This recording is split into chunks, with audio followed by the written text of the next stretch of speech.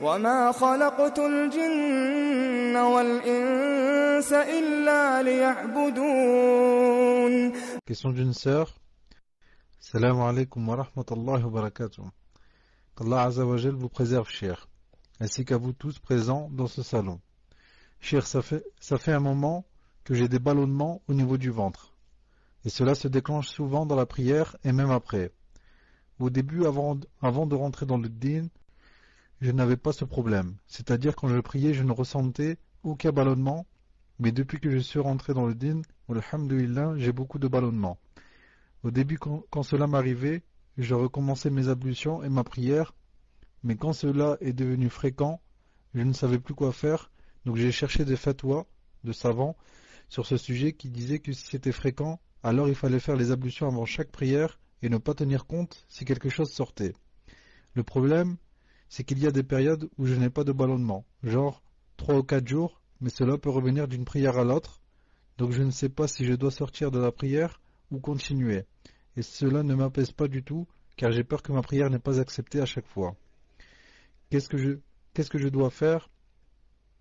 Car j'essaye de me retenir un maximum pendant ma prière, ce qui m'empêche d'avoir le khushu', car des fois je ressens des choses qui s'échappent sans forcément entendre un bruit ou sentir une odeur. Barakallahu fikum. Question suivante. Question d'une sœur. Salam alaikum wa rahmatullah. Ma question est la suivante. Je voudrais avoir plus de renseignements sur les jours de Tashriq.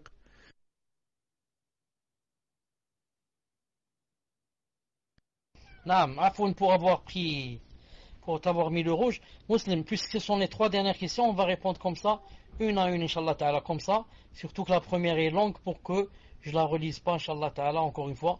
Donc je dis, une personne qui a des balles comme ça, naam, qu'est-ce qu'elle doit faire? C'est comme elle a dit elle aussi. Naam, qu'est-ce qu'elle doit faire?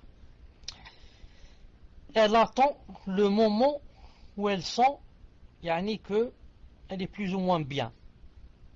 Naam. Ou alors que c'est le moment de la salat. C'est le moment de la salat, elle a dit j'ai un ballonnement, elle attend un peu. Quand elle sent que khlas, c'est le moment, sinon c'est presque la moitié du temps qui est parti. Dans ce cas, elle a peur que quoi? Que le temps sorte.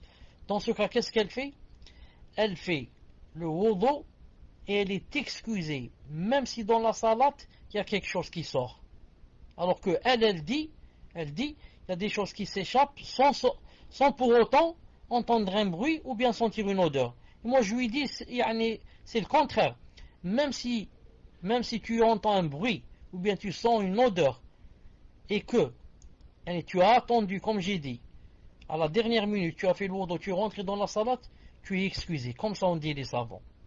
Ça rentre, c'est un combat avec le shaitan, c'est un djihad. Tu dois dire que naam, j'ai entendu un bruit et j'ai senti une odeur, mais wallah que je ne fais pas la salat. Pourquoi? Car la sharia, Allah subhanahu wa ta'ala lui-même qui a fait descendre cette sharia m'a donné quoi? M'a donné une permission. Son prophète aslam m'a donné une permission.